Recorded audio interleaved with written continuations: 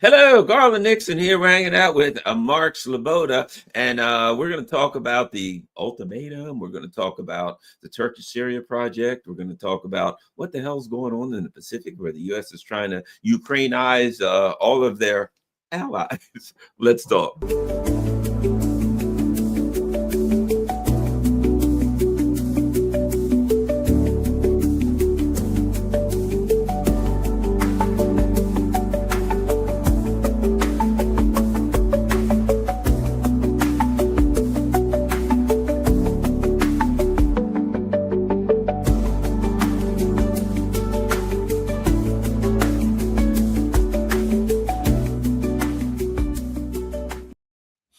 Hello, Garland here with Mark Sleboda, and we got lots to talk about. But first, before we get going there, we got important things going on, and that is you need to know where you can find the one and only Mark Sleboda online and be a part of his online community.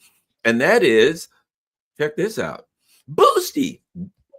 There it is right there, boosty.to/therealpolitik. There you go. Oh my gosh, we're up to 131 subscribers. When I left, we were 113, so we need, let's try to get 19 more subscribers and get Mark up to 150 and keep it going. And here's what's great. All the good stuff that he's doing. You see his community weekly Q&A, right? All of his, you see Mark, Mark's on lots of different places all over the internet. You can see Mark of all the stuff that he's doing. And of course, as I said, you can subscribe, you can donate, you can chat, and you can learn all about Mark Sleboda and keep up with the important work that he's doing. Mark, welcome back to, almost lost that. Okay, there we go. I've got this thing figured out. It's a little complicated for a guy who's been in an undisclosed location at a bunker far 800 feet beneath the granite covered surface of the earth for a week now. But I'm back, and I think I'm free. I don't hear anything. All right, Mark, let's get going. Well, first of all, let's start here. Mark, welcome back. Garland, thanks for having me. It's always an honor and a pleasure to be on the show. Hi, how the hell are you? Yeah. Wonderful. And thanks for the shameless show. Oh, man. Hey, look, it's important. I tell everybody, man, look, all the people that are on here doing this stuff, everybody's got to eat. And people go on and they're like, oh, this is great. I learned so much from this. Man, we ain't making $30,000 an episode like Rachel Maddow. We're just trying to, you got to pay for internet. You got to buy computers. You got to do all the stuff you got to do this. And we do this because we believe in it and we enjoy it. But we need everybody to be a part of it. That's all I'm trying to say. My rescue crows got to eat, and they're the most spoiled crows in existence. So, And they ain't just giving away corn these days, my friend. They ain't just giving corn away. All right. Let's talk. Corn. They get cherries and shrimp. What they eat cherries and shrimp? They're omnivores. They eat just about everything. They eat just about everything. I give them fresh fruit every day. They get some grain. They get some hearts, some liver. They get cheese. They get 3 different kinds of cheese. They get all kinds. They're the best fed crows in existence. I guarantee. They get little platters every morning. I might have to trade places with the rescue crows. They're eating better than I am. All right, here I am nibbling on some peanut-filled pretzels, for God's sake. All right, let's get going, Mark. Let's start here. Let us start with the infamous ultimatum. That ain't an ultimatum. That NATO allies literally say, hey, we just found out. We found out about that we were paying for everything when we heard the big announcement. Oh my gosh, it's just a major debacle. How is that being viewed from the heights of Moscow, Mark? Yeah, I gotta say that the Kremlin is a little perplexed at how FUBAR all of this is.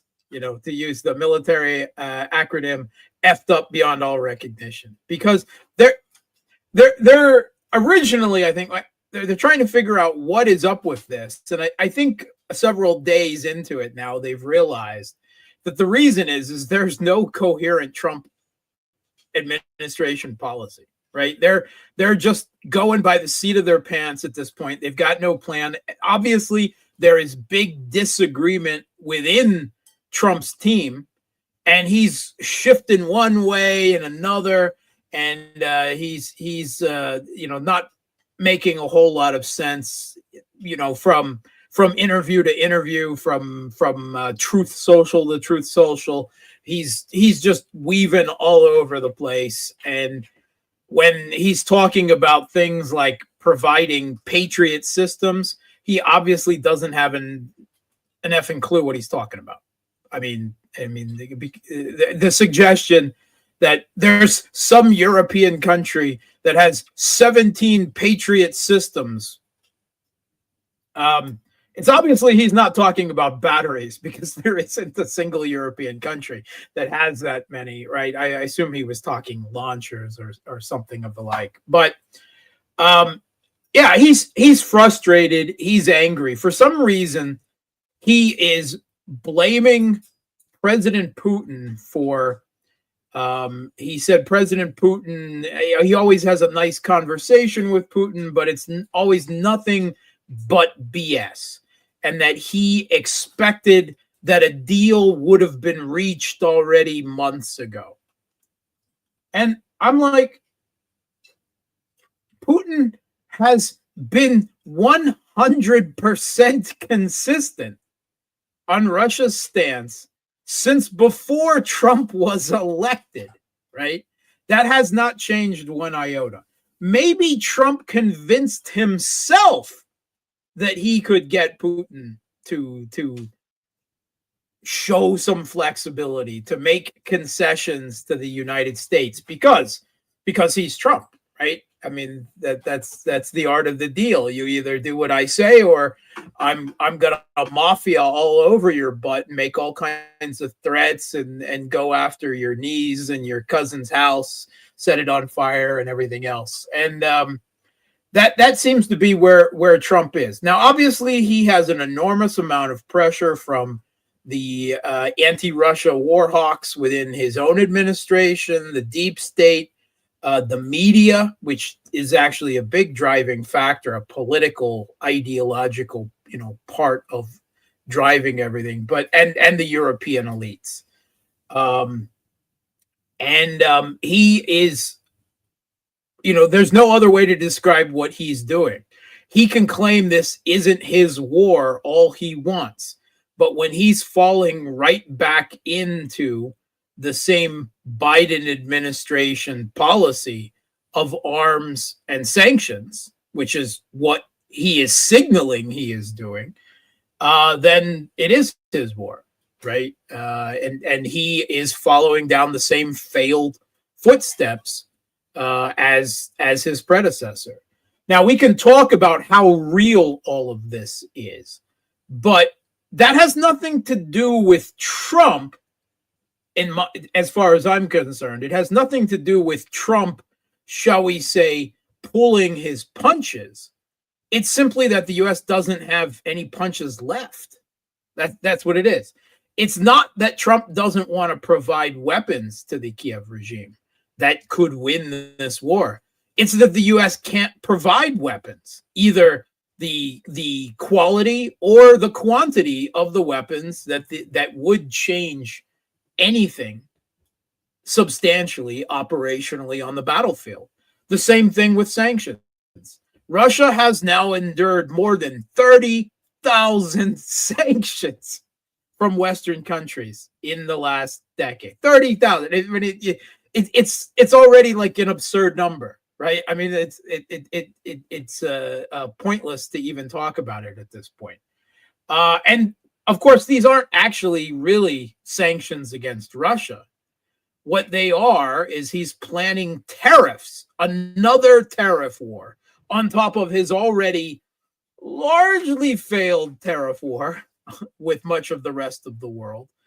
This is another one where he's again waging a tariff war against the rest of the world to try to force them to stop trading with Russia, right? Because outside of the West, the rest of the world has refused to obey Western sanctions. I mean, it almost to a man outside the West. I mean, Africa, South America, Southeast Asia, no one is playing this game. It's just the West.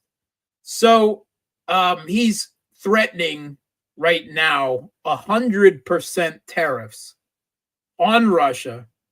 Not that the U.S. buys really much except for uranium from Russia at this point, right? In any substantial quantities. And the U.S. needs that uranium. So I don't know what they're going to do there. I mean, Russia will find other buyers for uranium in the world. It's a finite, valuable commodity like everything else that Russia has. But I mean, if we take a look at the biggest purchasers of Russian oil and gas, right? Oil in particular, that's what they're targeting here. That's China. And the U.S. just lost a trade war with China because China cut off the spigot to the rare earth minerals that the U.S. Tech industry, high tech industry, and the Pentagon needs, right? And China has a virtual monopoly on them in the quantity and the quality of rare earths that are needed. And Trump had to back down from his tariff war. I mean, that's of course not the way he presents it. Everything Trump does is a victory. He always, declares victory and goes home, but he walked back his entire sanction war against China. So what's he going to go back into it? I mean, China will just shut off the spigot to the rare earths again. And then what is he going to do? Same thing, India. The U.S. has been courting India, the other biggest buyer of Russian energy, for decades now, geopolitically, to try to get them to be what Ukraine is for the U.S.'s proxy war on Russia. The U.S. has been courting India to be one of their proxies for containment and a war on China in the Pacific. And the U.S. has been pretty hesitant, right, with its sanctions stick going after India in the past. They've gone after a few Indian companies and so forth, but 100% tariffs across the board. India is a rising, they're not quite a great power yet, but they're going to be, right? I mean, as soon as they get some of their domestic stuff together and uplift a bit more of their population in economic terms. I mean, with the population, the size, I mean, there's no question that India is going to be a great power. And the U.S. wants to make, a country they had courted for decades and has played studiously neutral in geopolitical terms since the first Cold War and on to today. Do they want to push them back into Russia's camp by this heavy-handed attack on India's sovereignty? Right, their right to choose who to trade with and who not to trade with. No country that values their sovereignty and independence and foreign policy can be seen to bowing to this. I mean, many will, right, if the screws are put to them, but not a country the size and dignity and millennia long history of India. They simply can't accept that. And then if we take a look at some of the other big buyers of Russian energy, Turkey, which is a NATO member, right? Another geopolitical pivot point that Erdogan tax right, tax left, plays Russia and the U.S. off each other like the maestro, the cunning beast that he is, again and again. The U.S. is not going to want to threaten. Turkey is a big purchaser of Russian oil and gas, and they purchase more to then launder essentially and sell back onto Europe as Russian oil. Saudi Arabia does the same thing. They've been buying lots of Russian oil and then mixing it with some of their own, and then suddenly it's magically not Russian oil anymore. So, I mean, are they going to sanction their own allies? I don't think so. And Russia doesn't think so. They don't feel that these threats is real. They think it would be economic and diplomatic suicide for the U.S. to go to war with the rest of the world to try to force them to stop trading with Russia. So they don't take this very seriously. And they're like, okay, let's say he does do this. We've already coped with 30,000 sanctions. And most of what we do with other countries is just find ways to go around them. I mean, if we have to conduct all our oil sales at night, transferring our oil to other ships at sea, right? With our transponders off, people will do that because this is a finite commodity of which there is a limited supply in the world. Russian energy, Russian metal, Russian grain. You can't take this off the global market without having huge blowback repercussions and skyrocketing price of energy and price of food and inflation. Trump is going to be looking at midterms real soon. Does he want the price at the gasoline pump to go up 30, 40, 50 cents, a dollar going into that? I don't think he does. And the Russians, that's why they don't take this threat very, very seriously. The same thing with the weapons packages. Just a week ago, the Pentagon was outright admitting that we're desperately short. We only have 25% of what we need for Patriot air defense interceptors, right? Interceptor missiles for their Patriot air defense systems. The Pentagon says that only 25%, according to The Guardian. They suspended 155 millimeter artillery shells, guided multiple launch rocket systems, Hellfire missiles, all of these things because they don't have enough of them left for their own purposes, right? For U.S. defense and contingency plans. And now we're expected to believe that all of these weapons are going to be transferred to the Kiev regime that the U.S. doesn't have and can't ramp up production in anything like a meaningful time frame for this conflict. They haven't in the last 3 years. And the Europeans are now like, what did you say about us paying for all of it? Right. Let's go down the list right now. France already said they're not going to participate because France is very arrogant about their massive military industrial complex in France, right? Which, okay, is not doesn't really produce much. Let's be honest there. I mean, it produces a few nice systems, but at a snail's pace. Like, yeah, I don't know. They make a Caesar howitzer every 6 months or something like that. It's one howitzer. Anyway, so France already said no. We're not buying American weapons. We have to buy European weapons, meaning French weapons, right? So they want a piece of this pork pie, and they're not going along. Hungary and Slovakia are geopolitically opposed to this whole thing. They already said we're not playing along. Italy, a major European country, says, yeah, this is too expensive. We're not playing along either. The Czech Republic said, we're already buying, not very effectively, some artillery shells on the global mercenary market for Ukraine. So we're not playing along either. And then when you get down to who's actually participating in this, you're left with Germany, the Scandinavian countries, and the UK. That's it.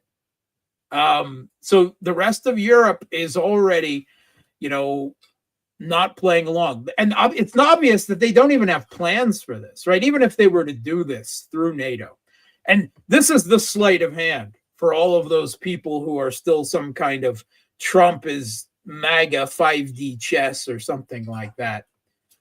The institution that is supposed to be purchasing these weapons that don't exist, right, from the United States is NATO, right? So the NATO is going to pay for it, not the American taxpayer. American taxpayer, I got some news for you. Which country again is the biggest single contributor to the NATO budget? Oh yeah, you are.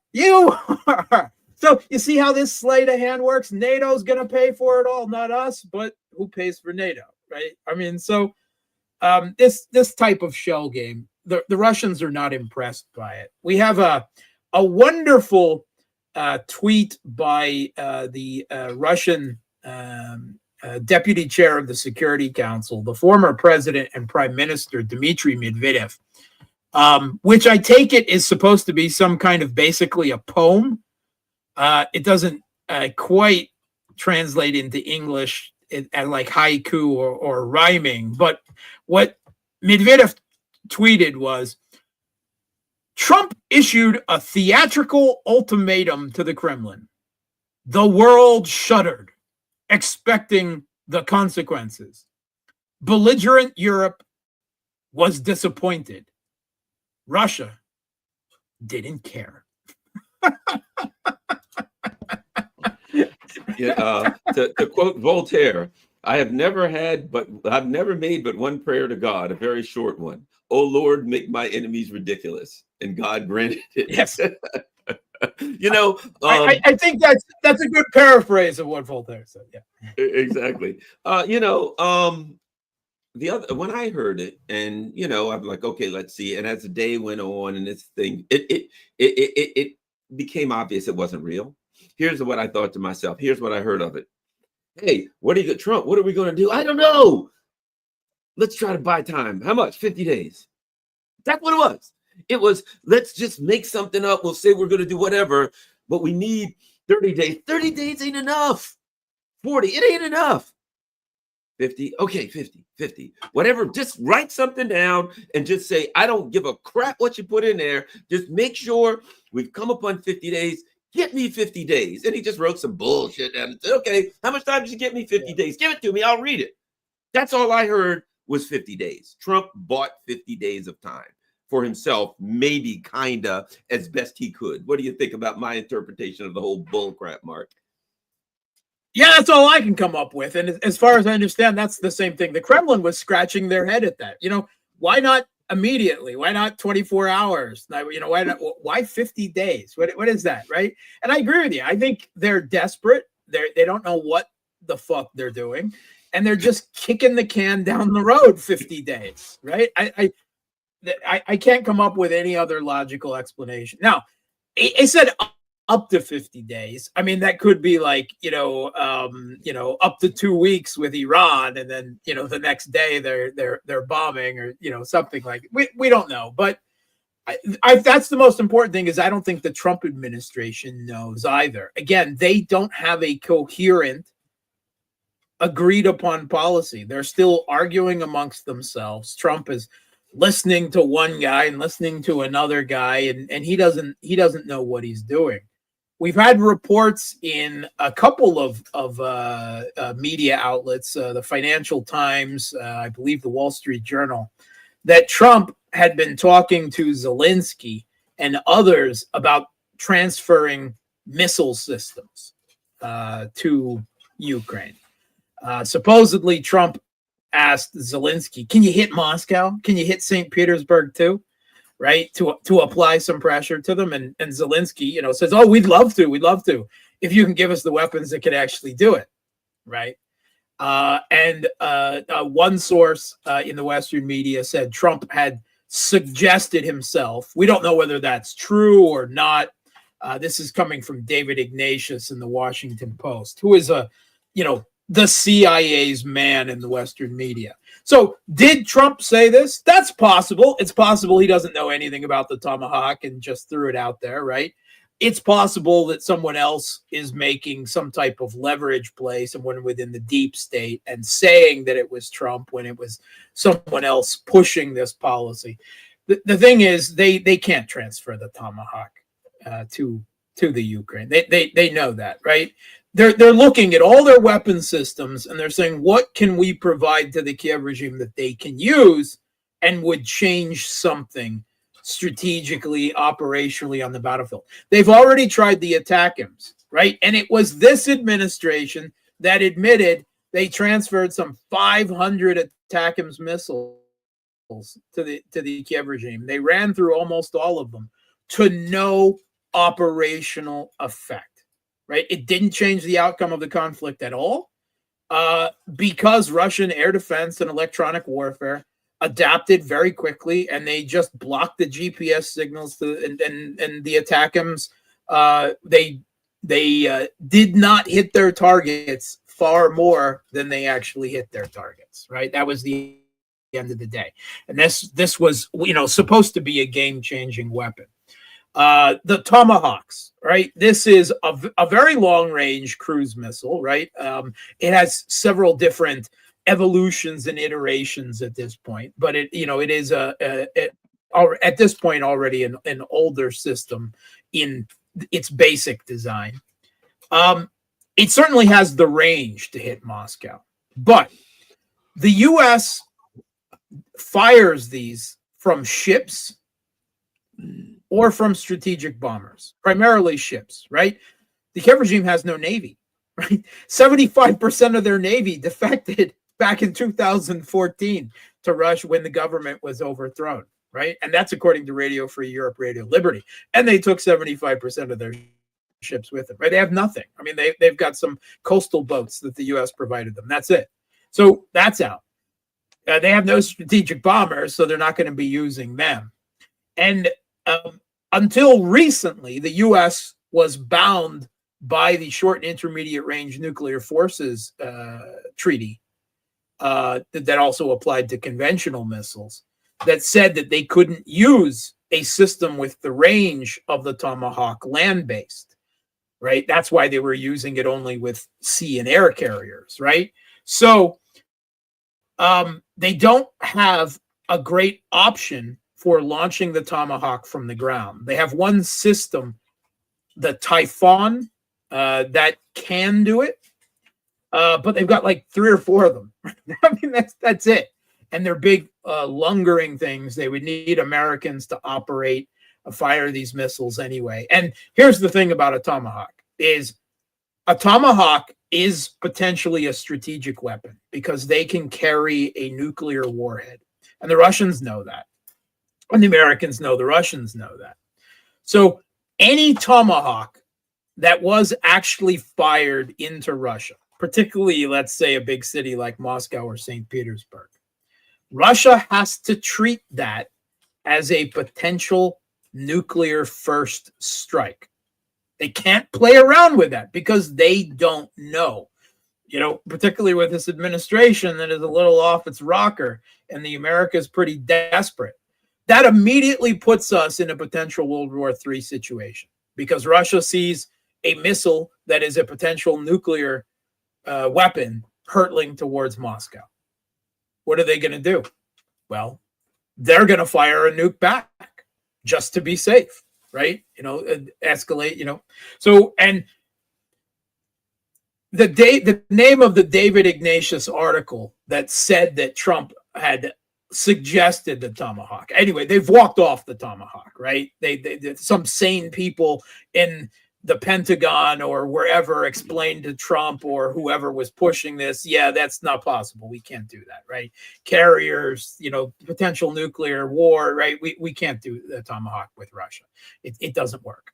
So the David Ignatius even called that in his title article, the same thing that I was saying that all of Trump's neocons that he surrounds himself would be saying as soon as he was elected. I was saying they're going to be whispering in his ear, if you want peace, you've got to escalate to de-escalate. That's what they're telling him, right? And that's in the David Ignatius. The problem is that Biden has already entered the quiver. The quiver is empty. There's no arrows left in it, right? There's nothing that can force Russia, not sanctions-wise, not weapons-wise. The other potential missile system is the JASSMs, right? This is an air-launched cruise missile that, in its shorter variant, could just barely hit Moscow. If they brought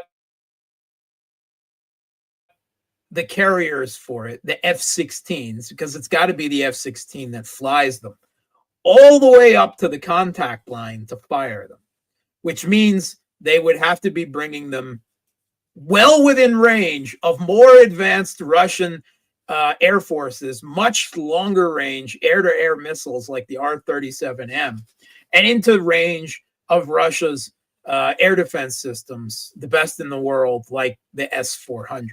The F-16s are relatively safe, as long as they keep them hidden and don't really use them for anything in Western Ukraine. They've already lost at least 2, possibly 3 of them, just flying them around trying to shoot down drones and Russian missiles, right? Not used in any type of combat situation.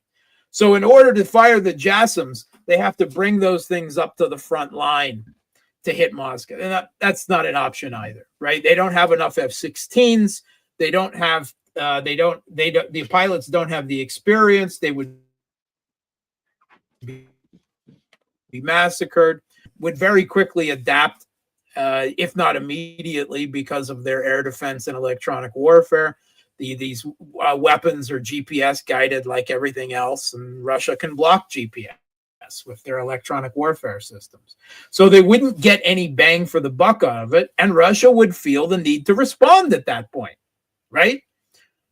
Launching a few Oreshniks at U.S. military bases in Germany or Poland or in the Middle East, right? I mean, that it would escalate to a potential direct conflict situation with Russia, and it still wouldn't change anything on the battlefield. So the quiver is empty. Those are all the potential missile systems. We've gone through each one of them. ATACMS, JASSMs, Tomahawk. They got nothing left to throw, right, that is going to change anything. Nothing that is going to force Russia to change its position. Nothing that's going to make them grant concessions. And the same thing, Russia doesn't believe their threats with sanctions. So where does that leave Trump? 50 days and a lot of hot air. Yeah, that's all they got left. I don't know. Maybe he can. Yeah, maybe something with the Epstein files can distract everyone and everything out, away from all of this. But otherwise, the Russians, they're like, okay, all right, let's see where this goes. 50 days. We're not changing. Let's see what happens. And China and India are already like, we're already sharing a bed with Russia. We're going to get even closer. And I don't know, I'm not so sure, because even closer, I think we're talking some things going on without any type of protection whatsoever. And I'm not so sure that's such a good idea, right? China, can't really get much closer, but they're saying they're going to. That actually makes me a little uncomfortable, to be perfectly honest. India's the same. Brazil, for some reason, Brazil was thrown into this by who was it? Lindsey Graham? I don't know. Someone was throwing Brazil into this. Brazil, by the way, is not a major purchaser of Russian energy, so I don't know why they're tossing. I guess just because it's a BRICS country, so they're lumped. Yeah, there we go. That's it. Lula's pissing Trump off, but Brazil's also, Lula said it outright. We don't need an emperor, right? We're not going to bow to any U.S. tariffs either on us, because we're part of BRICS, because we're our own judicial system is doing our own business. You don't interfere in our political affairs. We don't do a lot of trade with Russia, but we're certainly not going to stop trading with Russia for that either. So do your worst. And I think most of the rest of the world is going to follow suit, either overtly or covertly again. So I don't know where it puts Trump in a pretty desperate situation. Now he's put himself into a corner where I don't know if he doesn't escalate, then he is going, if he doesn't put any of this into effect, then his own domestic political opponents, right? Lindsey Graham, the neocons, the Western media, which is, always cracking the whip for further escalation with Russia. They're all going to be on him like ticks on a dog. Which they're going to if be he anyway. does enact them, and they don't have the effect that they want, and it doesn't change Russia's position, then where does he go from there? Because then he's weak, right? And there will be pressure for him to escalate even further. And what's left? right? U.S. troops on the ground. I mean, exactly. He doesn't have any room. So he's put himself into a very bad position. Yeah, you're right. And I mean, do you well, see any way out for him on this? no, because the bottom line is this. Here's the bottom line. I want to ask you about. They picked a fight with Russia, and they had a plan, and that plan has failed. And I always put it like this: if you jump off a cliff, you're in the air, and you're like, I think this is not working out so good. I think I need to come up with a plan. You're in the air, buddy. Gravity is going to do its thing. I don't care if you regret it. If you can come up with alternative plans, you're hitting the ground. You'll never go up if you jump off a cliff. You're always going to go down. They jumped off that cliff in 2014 and then again in 2022 when they wouldn't negotiate because they had a plan. Their plan has failed and there is no way to fix it. It was either all or nothing. Either they're going to take Russia out or they're going to face a cataclysmic debacle of a loss. That's the only thing that's waiting is the ground below. They jumped off the cliff. Anyway, so let's move on. I think that's obvious somewhere. But now he gave himself 50 days. Like, as you said, within 50 hours or 50 minutes or 5 days, they'll just like, that'll all fall apart and he'll come up with something new. Hey, I got a new plan. I'm going to do some, call Putin again. He'll be on the phone. I had another talk by next Monday. I called Putin and I had a great talk with him. And come to think of it, he's a great guy after all. And I asked him for another, it's crap. A week will go by and we'll start that again. Anyway, Mark, let's go here. Something I want to ask you about. Erdogan. The Ottoman Empire in his mind is arising again. The Turkish Syria project seems to have gone awry. Your thoughts on this thing? It's really weird. He works with the West. There's no honor amongst thieves. He works with the West. Oh boy, we're going to do Syria and you're going to get your fair share of Syria and your Ottoman and blah, blah, blah. And now they're bombing Damascus.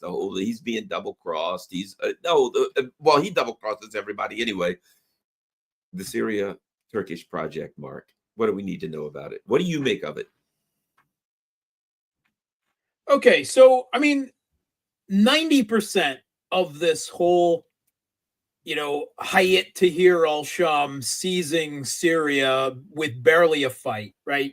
With the entirety of the Syrian military's top brass, officers, local political officials, all obviously, bought out. They were co-opted, they were reached out, they were blackmailed.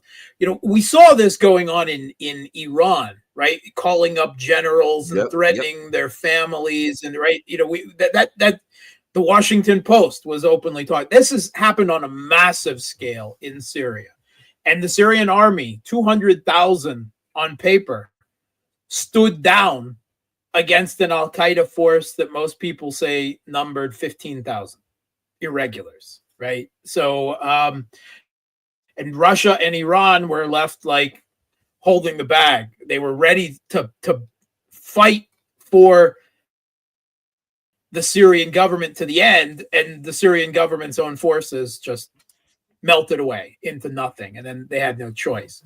So Turkey, Erdogan stabbed Putin and the Iranian leadership in the back over the Astana Accords, right? They overthrew the Syrian government. They put Jolani, whom is at the same time, he is Al-Qaeda and ISIS both, because he was the commander in Syria at one time of both of those two groups.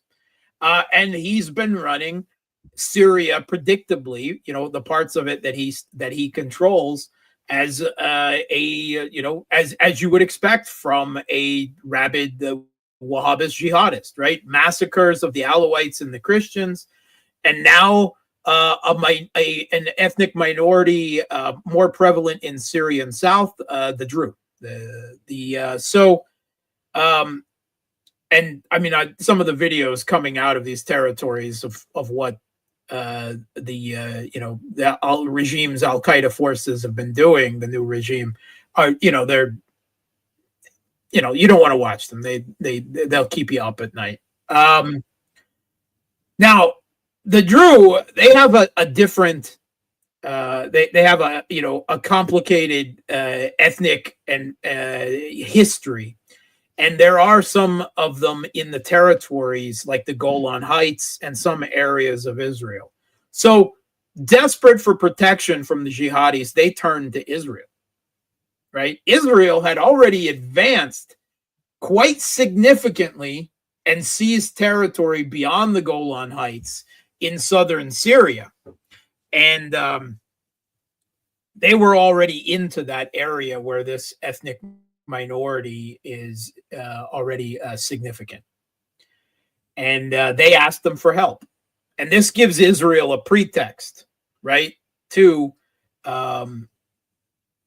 seize more land in southern Syria and to further degrade the military of Turkish jihadi proxy, statelet, or Al Qaeda.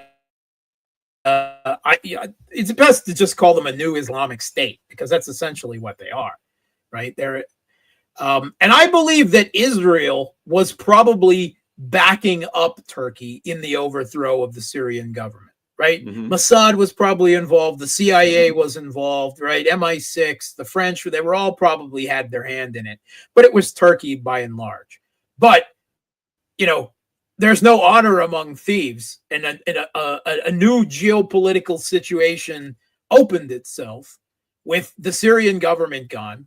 The Russians, they still have a couple of military bases, but they're not leaving those military bases. In fact, those military bases are still full of Christians and Alawites who fled there to escape the massacres, right?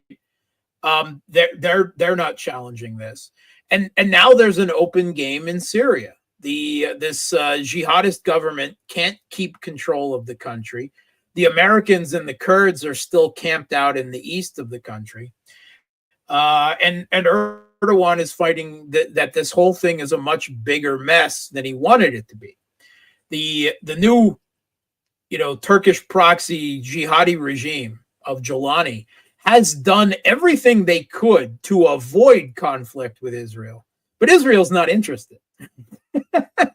They see opportunity and they're taking it. So they've been bombing Damascus again, right? They've done it before. They're bombing it heavily. They're going after the general staff, like the Syrian Pentagon, right? They're bombing it heavily. There are reports, unconfirmed, that Jolani has fled Damascus, supposedly back for Idlib, but we don't know if this is true. They got to kill him. He knows too much. Yeah, they got to kill him. He knows. Well, that's what they said. This has been said, right, openly on Israeli TV by Israeli officials. We just got to kill Jolani, right? So it's a bad situation. All right, Turkey talks a lot, right? And Erdogan, for his domestic political base, talks up a lot about Israel, but he doesn't want a war with Israel, right? No. If the U.S. was forced to make a decision between its ally Turkey and its ally Israel, once again, that's like Israel and Ukraine. The mistress is not the wife, right? So Turkey would end up on the wrong end of that stick. And it's interesting that the U.S. intelligence was warning us just a few weeks ago that Syria was this close to a civil conflict, a renewed civil war. And in part, that's where I wonder how they knew that. Yeah. So anyway, it's a mess. The U.S. has been trying to pull the Kurds' arms behind their back and get them to agree to some type of agreement with the jihadists in Damascus. And they haven't had much luck with that either, because the Kurds hate them too. So Syria is in flames. And this was always inevitable once the Syrian government fell. The Syrian Ba'athist government was the only thing that kept a multi-ethnic, multi-religious Syria, right? With Orthodox Christians and Alawite and Shia and Sunni and Druze and a dozen other minorities together. And that's gone now. And it's a lot like Ukraine in a way, right? Humpty Dumpty fell off a wall. Dumpty had a great fall. All the hegemon's horses, all the hegemon's men couldn't put Humpty Dumpty back together again. So Syria is almost inevitably fractured. There will not be there is no joint Syria as it has become known, at least for the last few decades, coming out of this. And actually the CIA is probably fine with that, right? That was within their plans contingency. A fractured Syria is much better than a unified Syria. You can push small little ethnic minority statelets, in a failed state around, just like the U.S. does with Iraq. They control Iraq largely through the Kurdish population in the north, and they doing that, they neuter the Shia majority within Iraq. They can do the same thing with a fractured Syria as well. So it's a bloody mess. The people, particularly the ethnic and religious minorities of Syria, are paying the ultimate price. We're probably looking at the end. I mean, we've already seen this in several countries. We've seen it in Iraq. We've seen it elsewhere. The end of Orthodox Christianity in the Middle East, because they will be, cleansed one way or another from Syria now, just like they largely have been from Iraq, in the wake of the U.S. invasion and occupation of that country. You removed this multi-ethnic, multi-confessional government, however flawed it was, and it turns out that hey, putting Al-Qaeda and ISIS in charge is not better, right? I mean, these quotes that Trump made when he was, Giuliani, he's not an angel, but he's a tough guy, and you need a tough guy. I mean, you literally had to remove him from the State Department wanted list and the U.S.'s terrorist designation.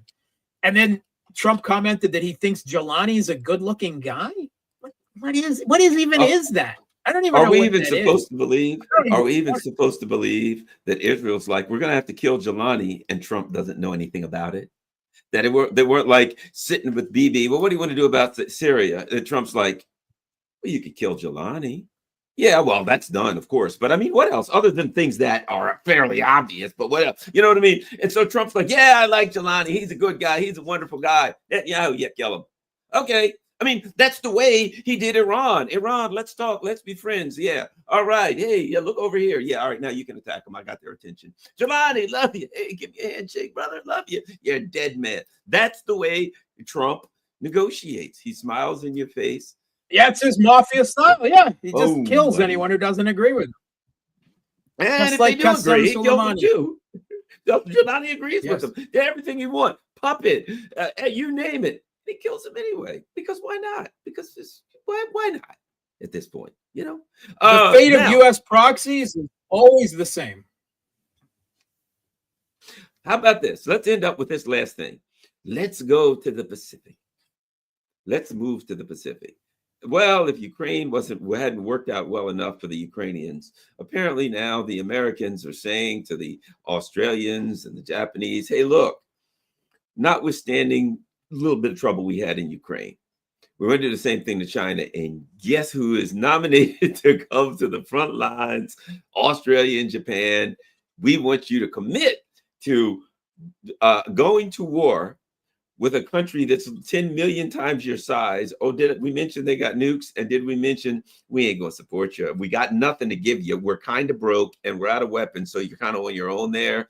But, by the way, we're going to tear the hell out of you too. All that stuff being said, we need you to throw yourselves into the meat grinder. You got to love these guys. You got to love the chutzpah that the U.S. State Department has.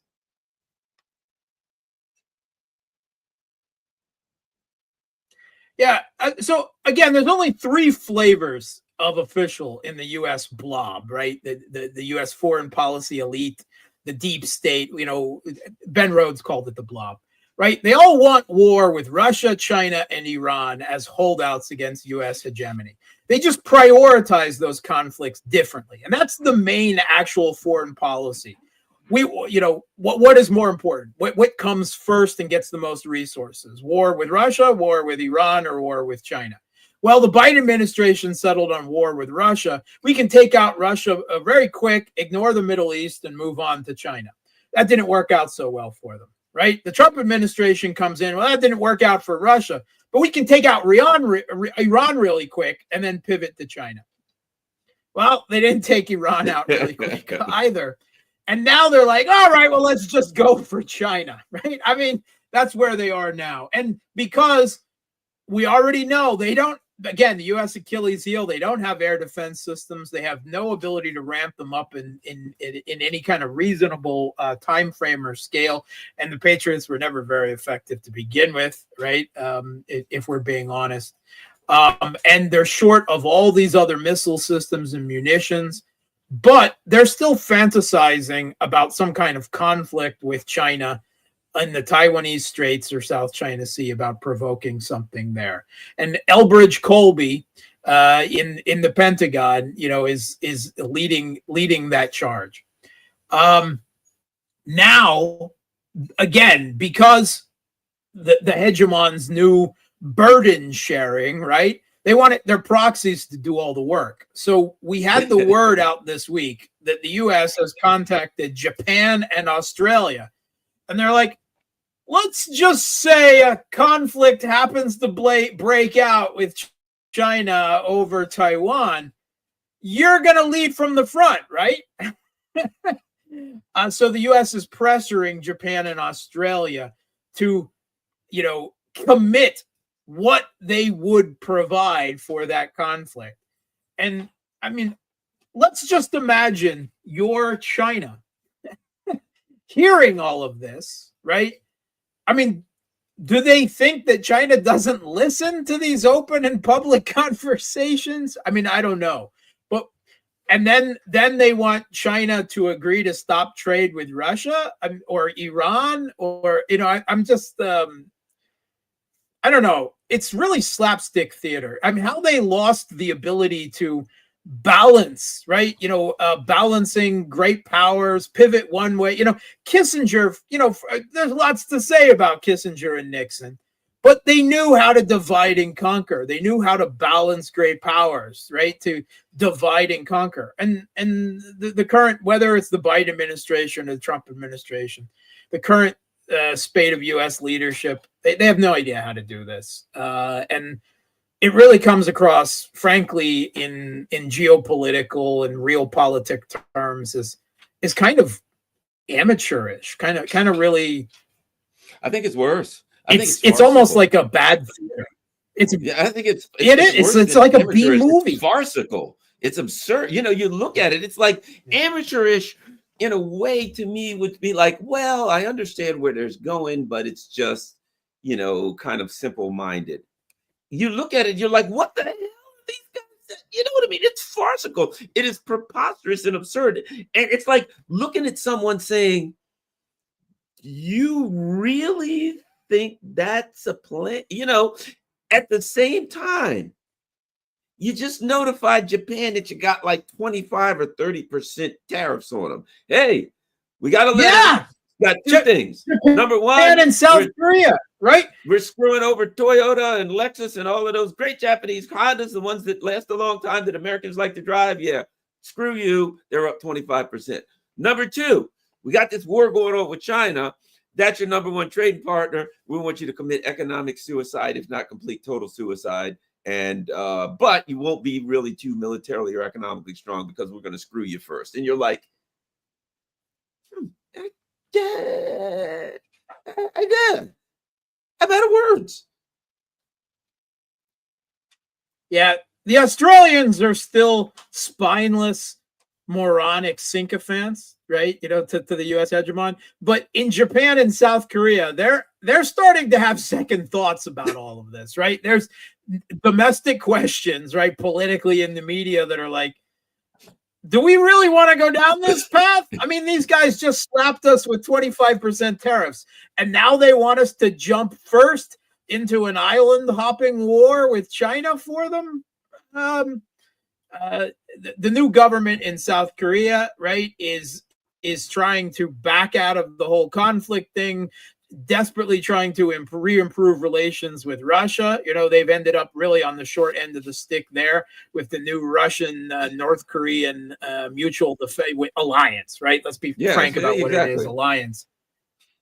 And previously, Russia and South Korea had a good business-like relationship, and the last government trashed it all. Now they're paying through the nose for energy, and they've got Russia and Russia sharing, top missile and air defense and everything else that North Korea could want with them.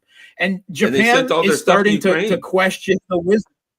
Yeah, they sent all of their stuff to Ukraine. They couldn't even fight North Korea if they wanted to.